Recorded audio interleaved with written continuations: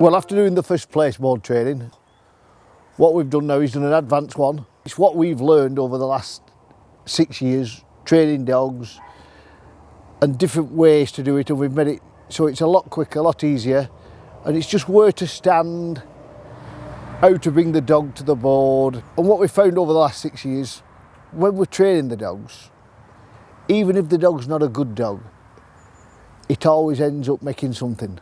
And we've found that even if as long as it'll sit on the boards for a gun dog, just sit there, do as it's told, it makes it a good dog for pigeon shooting, good dog for as a pet as well, because it does as it's told, and a good dog for anything. But we've found that where we used to have, especially Cocker Spaniels, because I find that they've been the hardest to train, Cocker Spaniels, we used to get a 50% chuck out rate. Sometimes only 25, but 50% most of the time. Nowadays we don't get any, because we've used this method.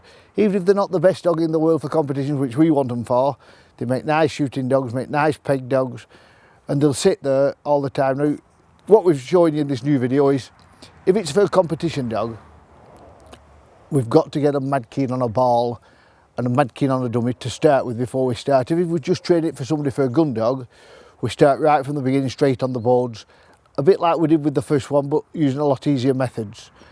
And we've just made it so it's dead simple and everybody can follow it. And just all the little tips on the new one, where to stand when you're throwing the dummy, using a small lead, which we would show you, and then clipping it off the lead, bringing the dog to the board with the small lead, unclipping it so the lead's still on the dog when you're working it.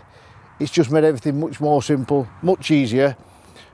And I think everybody will find that there's a lot of tips on it to make it so you yourself will succeed when you're using the bows yourself.